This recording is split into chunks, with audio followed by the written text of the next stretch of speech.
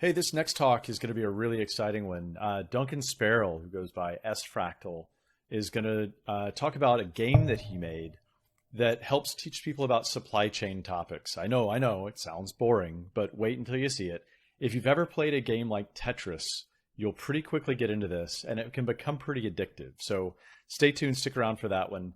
And if you are so inclined, hop into the Discord channel, the I Am The Cavalry channel in there, and you'll be able to ask questions of Duncan and get some answers, compare your scores on the quad block quiz with other people, and generally have a lot of fun.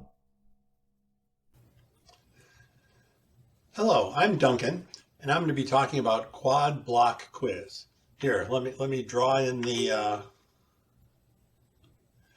logo. It's a game that hopefully you'll have some fun while learning some supply chain cybersecurity. I'm going to model this talk like a James Michener novel. Michener was a best-selling author back in the third quarter of the last century. He wrote lengthy novels covering many generations and perspectives about one locale. Now, this particular book, Centennial, was written in 1974, just prior to the U.S. bicentennial, and it's about a Colorado town named after the U.S. centennial 100 years earlier than that. Now, the Centennial book jacket says, "While he fascinates and engrosses, Michener also educates." Hopefully, my talk will as well. Centennial, like many of Michener's books, starts with a lengthy chapter in the present day to set the scope, then goes back millions of years and does the history of Centennial to the present day. I'll do something similar, setting the stage, describing how to play the game, and info about the B-Sides contest. Then I'll provide some history that led to the game being developed, and I'll show both the educational concepts and the cybersecurity concepts of the game, and I'll talk about developing the game. The game is Quad Block Quiz. Save the Tetrominoes world from supply chain vulnerabilities. To win pragmatic, real-world prizes like custom cocktail instructions from a superlative mixologist. Quad Blocks Quiz is live right now at quadblocksquiz.org:4000. Now, the game is a mashup of quad blocks and a trivia quiz with some cyber attacks, licensing lawsuits, and cybersecurity thrown in. As I said, the game is live at quadblocksquiz.org right now, and you can play to win prizes in 2 different contests that are going on right now during B-Sides. One contest started at the beginning of my talk and runs until about midway through the question and answer session, when we'll pick the winners live. Now, prizes include an Absinthe tutorial over Zoom from Chantel, a world-renowned cocktail mixologist. Other prizes include custom cocktail recipes from Chantel. Here's a picture of Chantel from her website, Cocktails for the End Times. A previous contest was held at RSA conference earlier this year in the Supply Chain Village. Here are some quotes from previous prize winners. The contest was a big success. The game was a big success. Now, another prize will be a book that I'm going to discuss later in the talk. Now, the second contest, which is also going on right now, gives you more time. It'll go until the end of B-Sides. Now, the grand prize for that contest will be a private Zoom session with Chantel for you and your friends, where she'll instruct you in making some designer cocktails that she'll create just for you based on input that you provide. Now, Quad Blocks Quiz starts off as a typical falling bricks game. You use your right and left arrows to guide the falling of a brick. You use your up arrow to rotate the brick.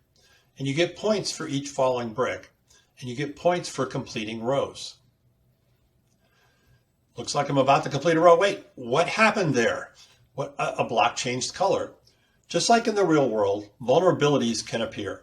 Vulnerabilities are indicated by the yellow-gray block. A row is not complete unless it's free from vulnerabilities and some other troublesome bricks that we'll discuss in a minute. The other problem with vulnerabilities is they lead to attacks. In Quad Block Quiz, 5 vulnerabilities will result in a cyber attack, as is shown here. Now, I should also note your score leaks away while you're under attack, just like you lose money in real life when you're under attack. Now, licensing issues can also crop up. They're shown as gray and brown blocks, and they lead to lawsuits. Now, what can we do? Just like in real life, there are actions you can take to both prevent these from happening and to mitigate them when they do. When in doubt, hit the space bar. This pauses the game and causes this pop-up to appear. Now you can resume the game by clicking on continue, or you can click on the categories to answer questions and collect useful power-ups as well as get points. Note the questions do not require you to already know about supply chain security. Reading the page should provide you the answer on everything except the bonus questions. Now the bonus questions, you're required to be listening to this talk right now. The answer to the first bonus question will actually be on the next slide. Now besides points, getting the SBOM question correct wins me the delete block power-up, which can be used to blow up those pesky vulnerabilities and licensing issues. Now you get a correct answer to the automation questions and you win the move block up. If you get a correct answer to a Phoenix question, you get the clear the board power up, which is really useful if you're attacked, etc. So now let's look at the game board. By the way, the answer to the first bonus question is 1, 2, 4, 3. Write that down and save that number for either if you're playing now, go ahead and use it, but write it down for when you play again because it gets you a lot of points. On the right side of the screen, there are some hints on how to play. And as the game progresses, more hints will appear. On the left side of the board is your score and some info about how you're doing. Remember, 1, 2, 4, 3 is your score. It also happens to be the answer to the first bonus question. Note, some of the power-ups are for speeding up or slowing down the game. To get this particular contrived example, I slowed the game down to a sedate speed. It accumulates points more slowly, but it gives me time to react. You'll also see later I went as slow as lethargic to set up one of the other scenarios. Now, besides speed, the sidebar contains how many questions you've answered, how many blocks have dropped, and how many rows you have cleared. Now, the brickyard in the middle of this particular game is in a precarious state. There are many vulnerabilities, many licensing issues, as well as a bunch of unfilled in rows. What to do? Hit the spacebar. The spacebar pauses the game and displays a pop-up. You can click continue and you continue, or you can end the game at this point, record your score if you're under attack and you don't want all your points to leak away, or you can answer questions to get more power-ups. Or you can use one of the power-ups you already have, which are shown. This game in particular has some power-ups right above the end game there. If you hover over a power-up, it'll show you what it does. Now, for vulnerabilities and licensing issues on the main board, you can fix them with things like the screwdriver or the wrench or the hammer, or you can delete them. And for holes to fill out a row, you can either add blocks using the plus sign, or you can move blocks using the multi-arrow sign to fill in the holes. Now, a really useful power-up, especially if you're attacked, is the eraser. It clears the whole board, which is what you might want to do if you got in a situation shown on the board here, which is about to end as it's about to fill up. Or on this one, where you're actually under attack, the yellow bar in the middle is an attack. But let's go back to that one we were looking at a little while ago that was pretty ugly with a lot of vulnerabilities and liability and licensing issues. But if you make use of the deleted blocks and the add blocks and the move blocks and the fix issues and the fix vulnerabilities, then, and you can do all that while you're paused. I actually did that on that previous game and filled in most of the rows. There's a couple vulnerabilities still sitting there. But this allows me to show the exponential nature of clearing rows. If I just cleared one row down at the bottom, it would get me 200 points. 2 rows would get me 400 points. 3 rows would give me 800 points. Note the exponential increase. And let's look at this particular score, 1336. But when that block right there touches, it's going to clear a bunch of rows. So watch the score jump when that block touches. Boom. 1343 to 4543. 3,200 points for clearing 5 rows at once. So hopefully you can see the value of answering the quiz questions. So that's the game. You can keep playing while I'm talking. Another bonus answer will be coming up in a minute. Now let's discuss how this game came about. Now that I've set the stage in the present, just like MICHENER, I'm going to jump back into history. I'm not going to go quite as far back as he did. I'm not going to go back several geological ages and then finally get around to first-person dinosaur. I'm only going to go back to the Romans. There's sort of 2 points I want to make about the Romans. Most military historians credit the Roman army with revolutionizing military logistics. They understood how to disrupt their enemy's supply chain, and they understood how important it was to protect their own supply chains. Now, the second point I want to make is something most people don't realize, is that this is why the Romans invented engineering. For 2,000 years, up until about 150 years ago, that I'll talk about in a second, engineering meant military engineering. Engineers built forts to camp at night, they built roads to move the army around quickly, and they built bridges to get the army quickly and safely over rivers. The word engineer is actually derived from the word that means a designer and constructor of fortifications and weapons. So now let's fast forward to the early 1800s. By the way, the answer to bonus question number 2 is Rensselaer. That's one word with a capital R. Copy the spelling off the sheet there. Capital R, lowercase, rest of the letters. Write that down and remember it. Now, Rensselaer was a rich landowner in Albany, New York. He served as a major general of the New York militia, and he was soundly trounced by the British in the War of 1812 at the Battle of Queenston Heights. That was the first major battle of the War of 1812. Now, he lost it mainly due to supply chain and logistics issues. Now, later in life, he founded my alma mater, Rensselaer Polytechnic Institute, or RPI, for, quote, the application of science and technology to the common purposes of life, end quote. So in particular, to apply engineering to civil uses, as opposed to the traditional military uses. And it turns out RPI granted the first degree in civil engineering. So now let's jump forward another 100 plus years to a particular civil engineer, my father, Charles Sparrell. My father was a civil engineer whose first job was designing bridges for the state of Maine, like the one shown here. And designing bridges, you design them to be safe.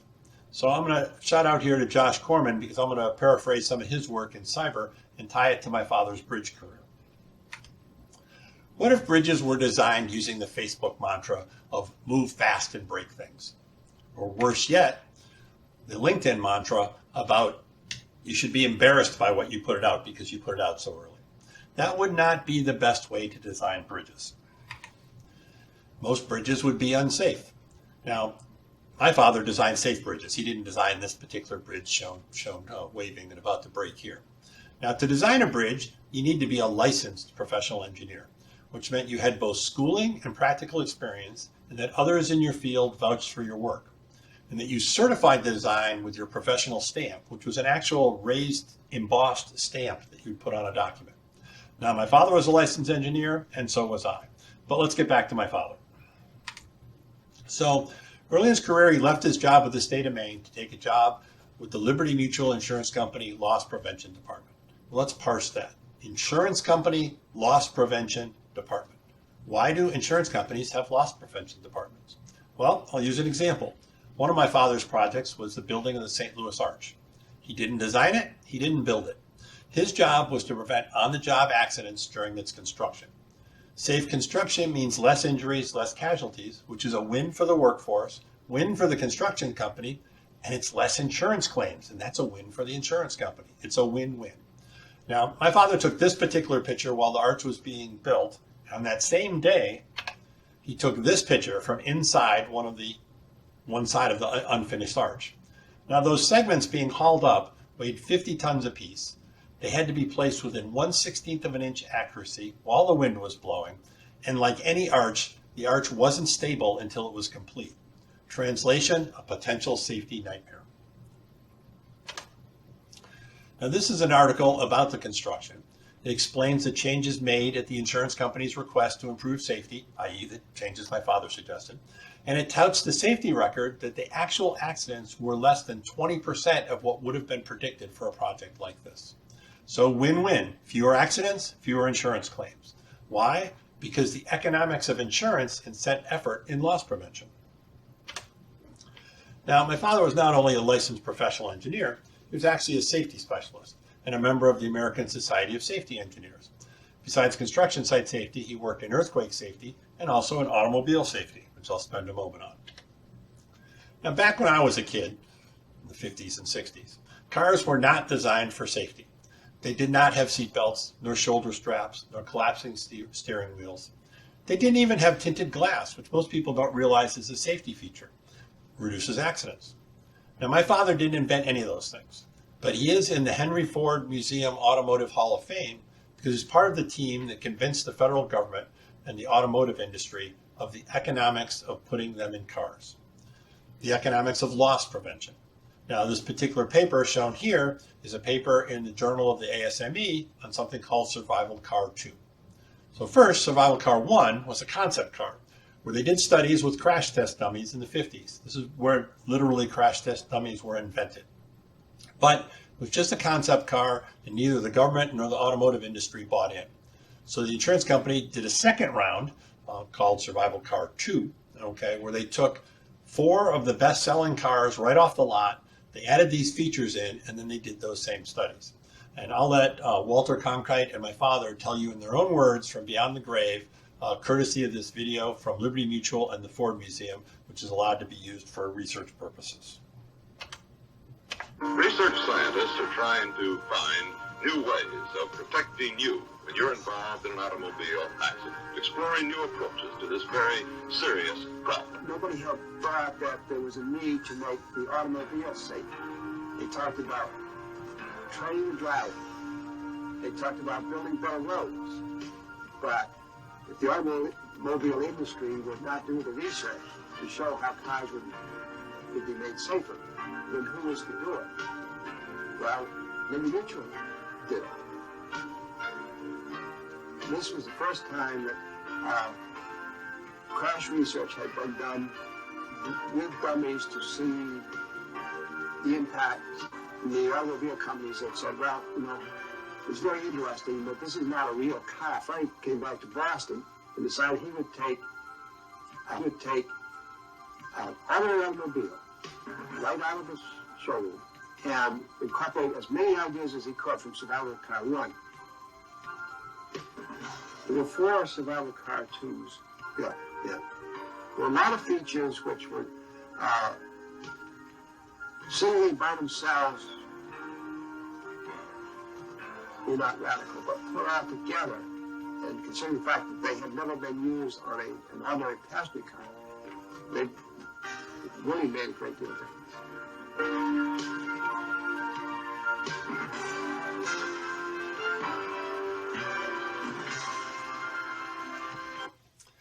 So it took a few years, but most of the safety devices in Collision Car 2 are now in most passenger cars today. Now, I believe similar will happen in cyber. Now, like MICHENER, I've taken a while to get almost to the present day. A little bit about me. Obviously, I was shaped by the history I just provided. I graduated from RPI with bachelor's and master's degrees in electrical engineering and went to work for Bell Telephone Laboratories designing processors for telephone switches. Quickly switched over to software, where I spent most of my career, which quickly morphed into cybersecurity when in 1990 I was part of a military cyber attack team as part of the first Gulf War. I helped, quote, prepare the battlefield, end quote, i.e. hack into Iraqi air defense. Now, this opened my eyes to the glass house that we lived in back at AT&T and prompted the starting of AT&T's cybersecurity efforts. I retired in 2013 as AT&T's chief security architect, and now I spend most of my time doing pro bono work in cybersecurity standards and cyber safety. Now, my pro bono work includes organizations like Am The Cavalry, which is a grassroots organization focused on the intersection of digital security, public safety, and human life. They have several pithy sayings that I really relate to, and they've created some valuable awareness programs like the Hippocratic Oath for Connected Medical Devices or the 5-Star Automotive Cyber Safety Program. Now, Am The Cavalry was founded here at BSides Las Vegas 8 years ago. Now, I'm not a founding member. I joined at the second meeting, which was a couple months after that first meeting, and I proceeded to bend everybody's ears on one of my passions, something called SBOMs. So let me take a slight detour into software bill of materials, or SBOM. It's been a consuming passion of mine for many years now. There's a really lot of good information about SBOMs at ntia.gov/SBOM. But I'll confess I'm biased. I was part of the group that created that content. Now, it's received even more attention lately since on May 12th, President Biden explicitly called for SBOMs in his executive order on securing supply chains. So, what's an SBOM? Well, let me digress further from my digression for a moment and discuss the origins of a common English expression. Don't buy a pig in a poke. This is not talking about buying pork in Asian lunch bowls. A poke is a burlap bag. One of the earliest scams was selling cats in the bag as opposed to pigs, because you just go catch the cat for free and pigs were expensive to raise.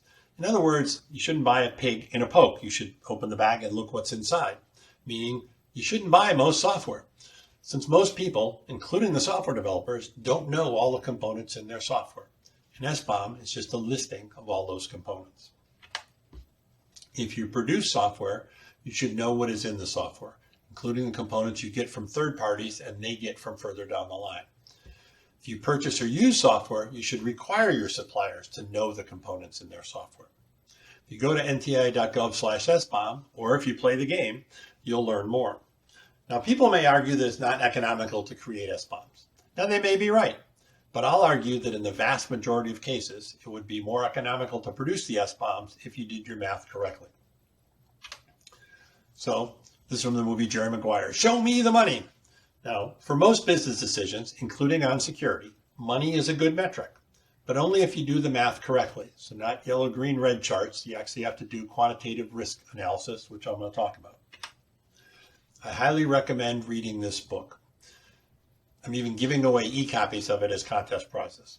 It's a textbook. The authors can get a little repetitive at times, but it's worth reading because it has a lot of very useful concepts on how to quantitatively measure risk. The authors validly point out that cybersecurity is not the only field that has massive risk, minimal data, and chaotic actors. In fact, they reference both the insurance company and the financial fields. Recall my earlier discussion on how insurance companies led the way to safer automobiles. Now, for both SBOM naysayers, but even for SBOM evangelists, the right answer to deciding if you need supply chain cybersecurity is to quantitatively estimate the financial risks both with and without a supply chain risk program, and then decide if the cost is worth the risk reduction.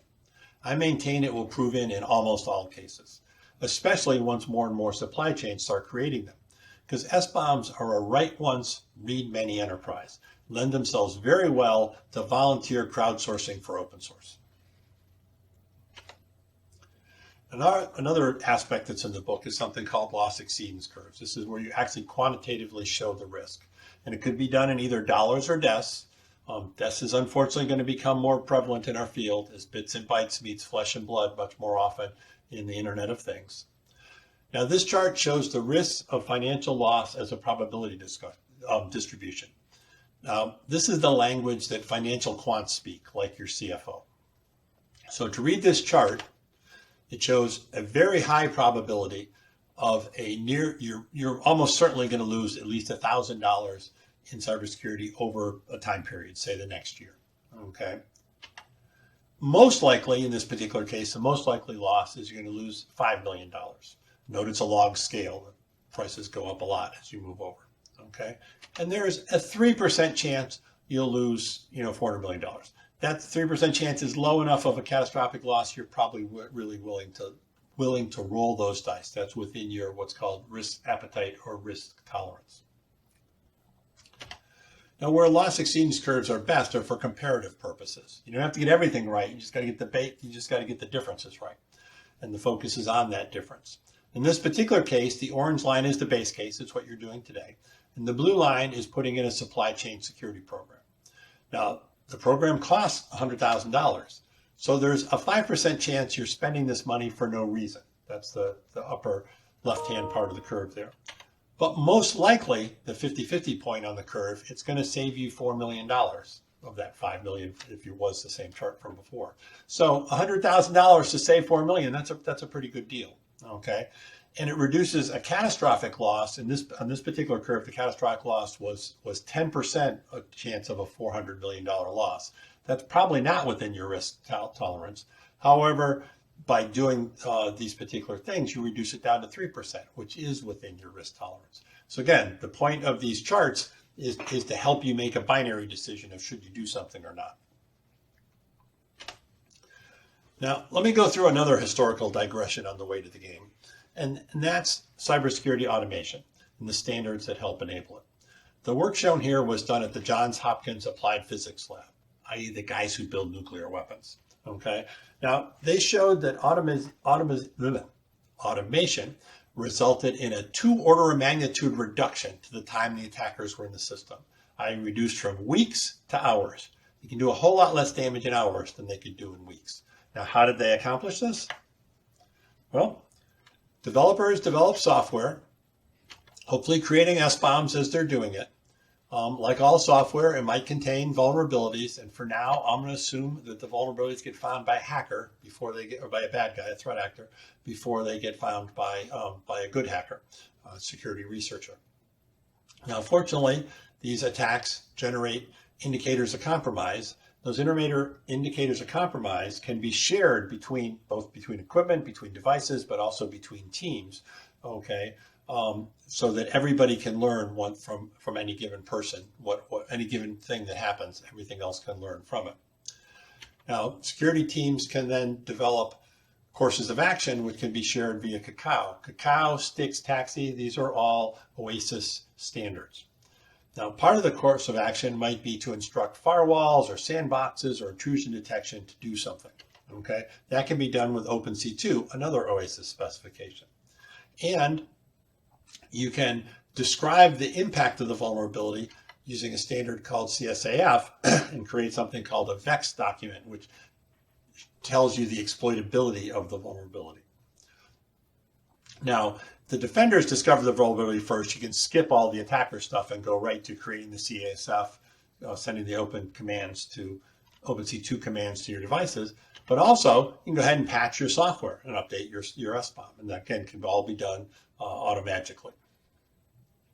So that's how you get the automation to get the risk reduction that APL got. Now, full disclosure, I participate in S-bomb, CSAF, VEX, Sticks, Taxi, and I actually chair OpenC2. So obviously I'm biased towards these automation solutions. But recall my father's clip mentioned that it was a combination of many things that made cars safer.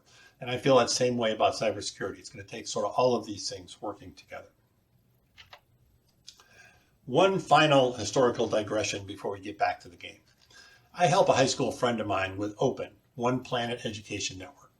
Open helps connect underserved communities that have little or no internet. They bring the internet to these communities, and then they use project-based learning and distance learning to teach STEM and to build bridges between the cultures, with the students sharing knowledge across borders. They nominally teach sustainable agriculture to help ensure food security. But they use the Sustainable Agriculture Project to also teach science, the internet, programming, data analysis, cybersecurity, and many other topics. All the while learning about each other's cultures and how to work together.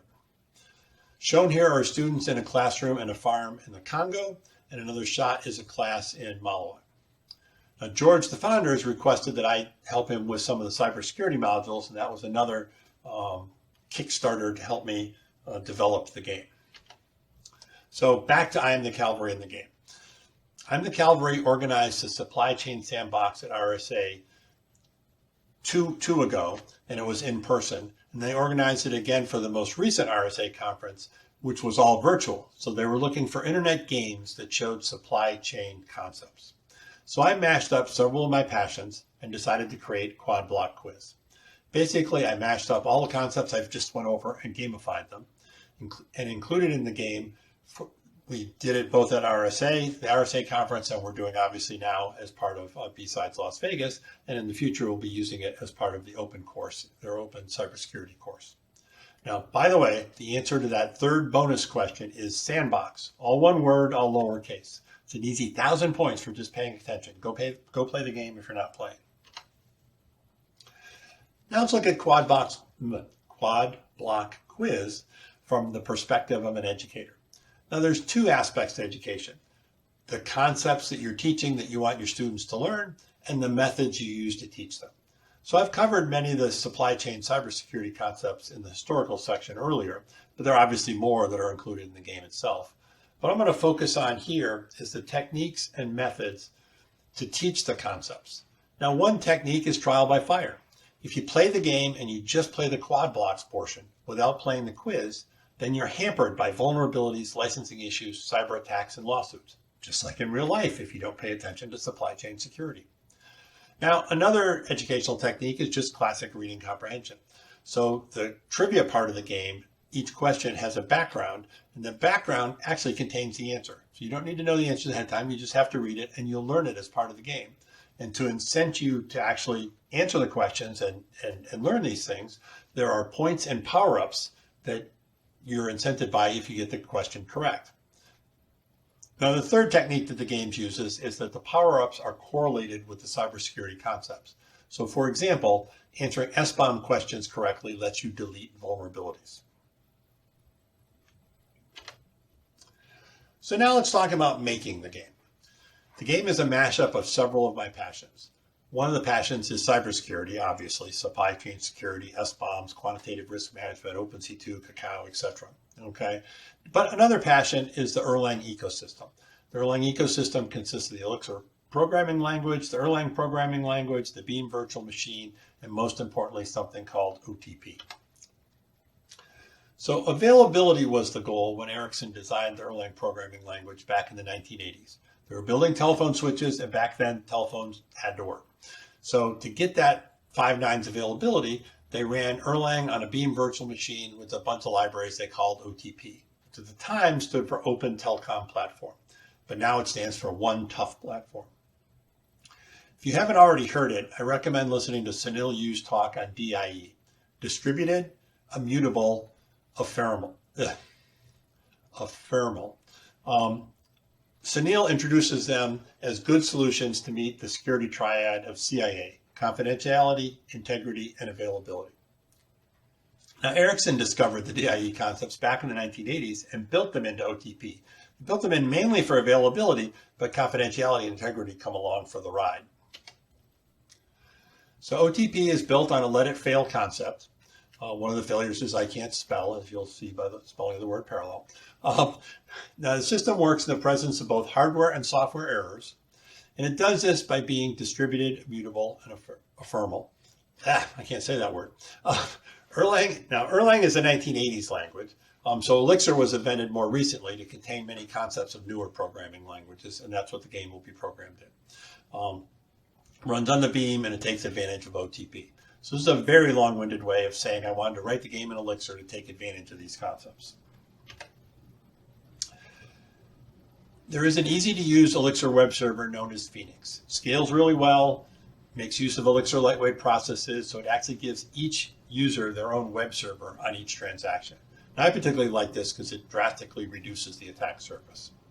Now, because this is a volunteer effort, I also like that Phoenix is known for its simplicity and its decreasing the cognitive load on developers, which is a really fancy way of saying even I can program it and write maintainable software.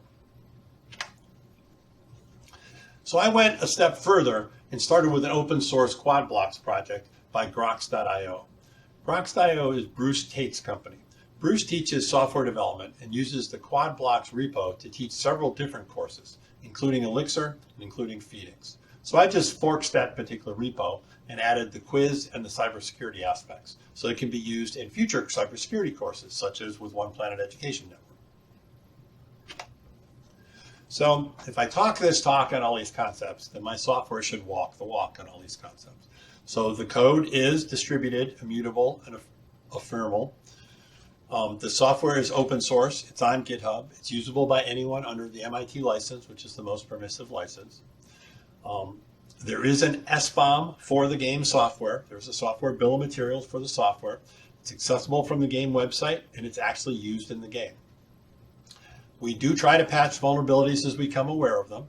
QuadBlockQuiz is dependent on Phoenix, and Phoenix is dependent on some JavaScript, mostly in Elixir, but it depends on some JavaScript libraries that are used to control the game in your browser. There's been no patches yet for Elixir, Erlang, or OTP, but we have way too much experience with patching JavaScript. We've probably had 10 patches so far this year on the JavaScript for this game, for actually fairly large, much more than 10 number of CVEs, vulnerabilities that went with the JavaScript. We're also trying to protect the website with automated cybersecurity using OpenC2, Stix, Cacao, CSAF, etc., but that's still a work in progress. Now, this is all possible because of our sponsors. Fractal, i.e. that's me, old retired guy, provides the cybersecurity expertise, designed the game, and developed some of the software, and I fund the rest of the development. Pody, a Kenyan software development firm, also develops the software. Briarcutter, a tech writing firm, helped with the documentation and the marketing. And Google donated the cloud resources that the game actually runs on. So thank you, one and all. Now, several things I'd like you to take away from this talk, but the main one is there are no silver bullets in supply chain cybersecurity. But neither are we fighting mythical creatures called werewolves. We're a bunch of well-meaning defenders equipped with nightsticks and fighting off a mob throwing rocks and bottles. Now, how do you control rioters? With riot guns. Instead of silver bullets, we need shotguns. Shotguns are way too maligned. We need shotguns. Shotguns have many little pellets. They have gunpowder to shoot the pellets out, and they're held together with a case. Our pellets are S-bombs, patching, OpenC2, cacao, CSAF, FEX, sticks, and all our cyber tools. Our gunpowder is automation, and the shell holding it all together is cooperation and sharing among the defenders. So, what should you do now? You should go play the game. A reviewer speaking of MICHENER said, while he fascinates and engrosses, MICHENER also educates. I hope my talk has fascinated you. I hope the game engrosses you. And I hope that both teach you something about supply chain security. I'll close quoting Dan Geer. There is never enough time. Thank you for yours. We're now ready for questions.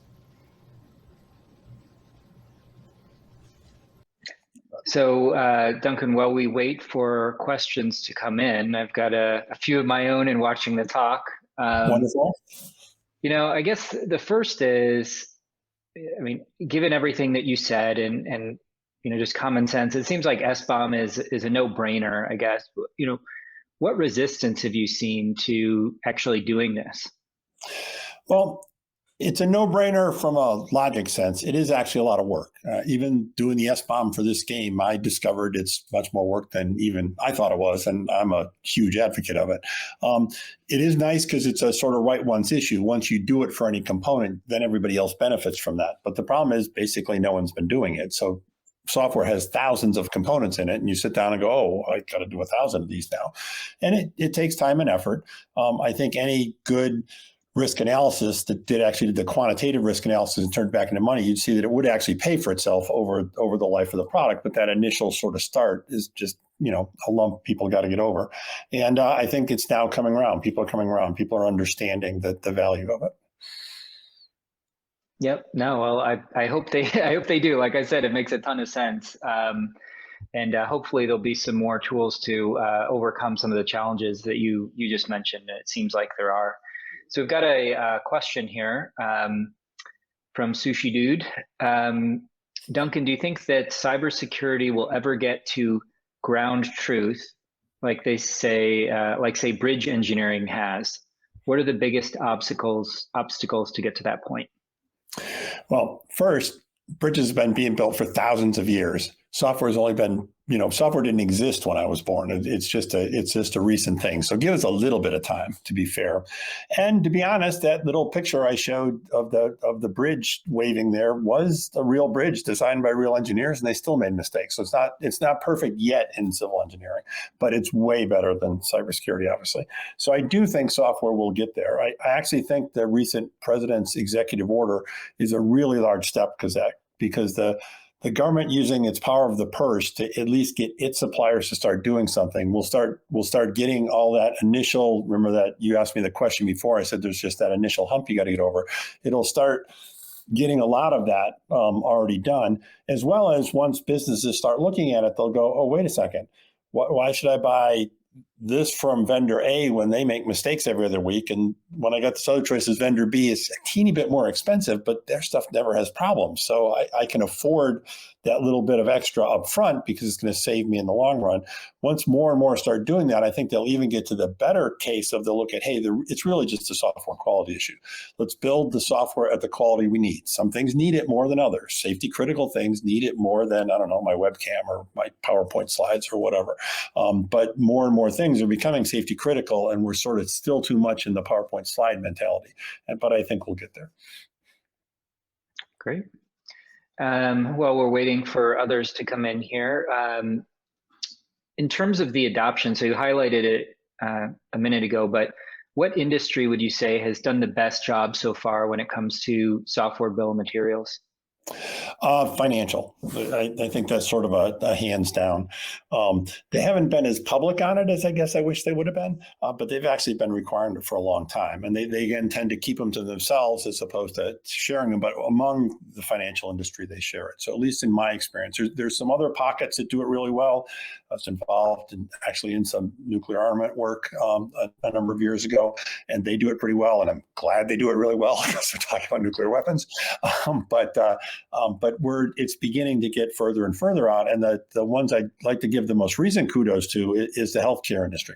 The healthcare industry is not known for its adoption of software and being techie oriented. But because of some work that was done by Am The Cavalry with the FDA, sort of raised the awareness on it. And there's some really good work going on in the healthcare industry now. And they're beginning to both sides, both the suppliers and the medical providers, the purchasers of the medical gear, are both starting to see the value of that. So I think that's a big success story worth touting as well. Yeah, absolutely.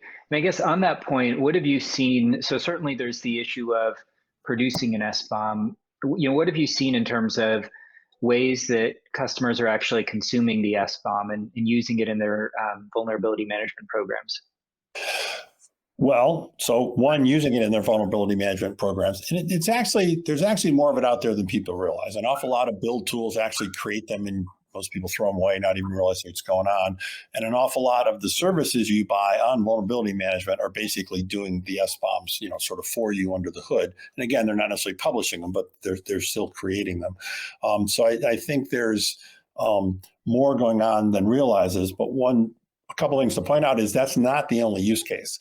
Licensing is a big use case. In fact, SPDX, one of the formats, was created, a decade ago, probably, just for the purposes of keeping track of licensing. And again, the legal and side of the house really has found the value, again, not just in the, hey, I got to do it to check the box. It's the value of doing it in the, hey, it reduces future maintenance where you have to go back and correct stuff because somebody comes in and points something out. You want to catch those problems early on. And there was some, I think it was Carnegie Mellon, I'm not positive, that did a study on just knowing the ingredients, knowing what's there. Any engineer looks at it and goes, oh, that's stupid. Why do I have 6 copies of something? Or why do I have 2 different versions of the same thing? That sort of once you see it, you actually clean it up, and it actually reduces your software development costs and your maintenance costs. Why have 2 different teams doing 2 different things when you could have one team doing the same thing, et cetera? So I think the other benefits of it will eventually come through, not just vulnerability. Obviously, I'm a security geek. I do it for the vulnerability, but I think some of those other values are going to be very valuable also. Yeah, absolutely. It makes a lot of sense. Yet of what's the 4th bonus point? So if people are playing in the background, turns out the 4th question is worth 2,000 points. So you really should be asking. Ooh. All right. And the answer is Elixir, ELIXIR, the programming language this was used in. Or if you've seen any of Alan Friedman's cocktail drinks, there's lots of elixirs there too. We will need to wrap up the contest in probably a couple of minutes too. So if you're playing, all right, get in there and finish up. And if you're not, I was playing. Go play. So I guess back to topic. When you think about an SBOM, when you mentioned healthcare and FDA, and one of the questions that I've heard in those forums is really about the depth of an SBOM. And what are your thoughts in terms of how far should it go down to be useful? In other words, is it just major components or frameworks? So you think about things like, oh, this has SQL Server, it has uses Java. Or does it really need to go down to the library level? This has a statically compiled OpenSSL version X, right? Or this leverages this, commercial library. What have you seen in terms of best practices there? So you asked the question, what should it do and what are best practices? And then there's what's practical to do. And they aren't necessarily the same answer. So first I want to point out that even if you don't do everything, if you only do that first order, it's still valuable. However, it's more valuable the deeper you go. So you mentioned the SSL example before. There's lots of web servers still with the, Heartbleed accessible to them, because again, they haven't patched yet because they don't really know that's what they have buried in their guts. So a complete SBOM is better, but no one's going to start out with a complete SBOM. If you actually look at the SBOM for my game, and again, I'm a zealot in this stuff, you'll discover it only goes down to sort of my stuff. It goes down to Elixir and a lot of the libraries I use, but it doesn't go down. You can't actually look at it and say, which OpenSSL library do I use? And I do think you need to get to that, particularly for security geeks. You need to get to that level. Or am I affected by this CVE?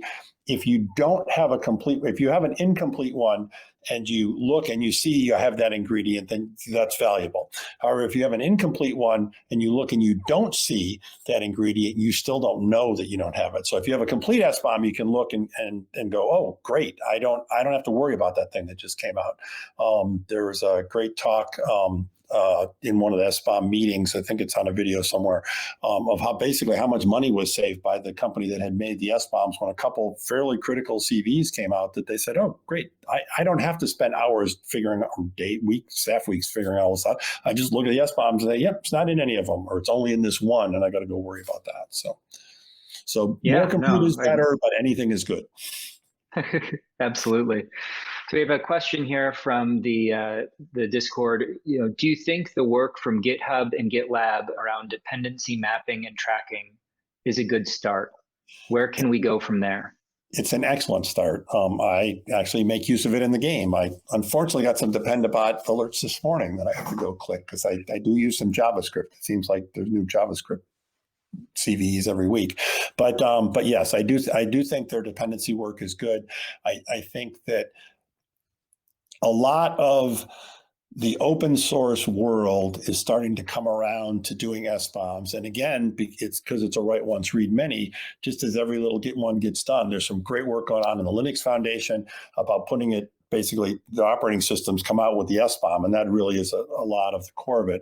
So you get into it, there are some issues there. There's lots of corner cases on all these things, because again, compile time options matter and stuff like that. So there's different ways to do the SBOM. You can do it based on the source code, which is particularly good for licensing, particularly good for when a developer is deciding whether you should use A or B. There's doing it during build time. That's the one I like best, particularly for vulnerability, because you actually get what actually you used. You take into account the compile time options.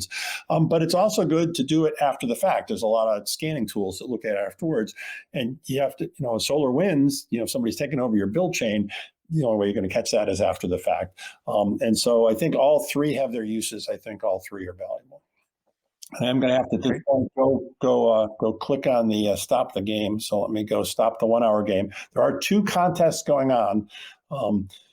I think I might have a bug in my code because of that.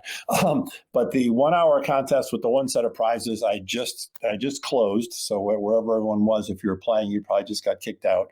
But the 24-hour contest is still going to keep going. It'll go till this time, sometime around this time tomorrow. And there are, again, 2 different sets of prizes. And I was going to live figure it out. And I don't know if I can do that in time, but I will get. If you think you won, get back to me. And there is a little bit of, I'm looking at the scoreboard, and I think my software might have a bug in it, because I see I see different answers for the second contest than the first, and all the people in the second contest should still have been in the first. So I think I'm going to have to do a little bit of a sort. But it does, let me look at both of them. It does look like Jeremy is going to win here. Well, let me make sure of that. Yep, he's a leader on both of them. So it looks like Jeremy will be winning the grand prize, which is a designer cocktail party that you get to contribute what you'd like the cocktails to be about. And again, you can read about it on the contact prizes page. For the second prize is that book I mentioned, along with one custom cocktail recipe. And that looks like it's going to be, let me swap windows here.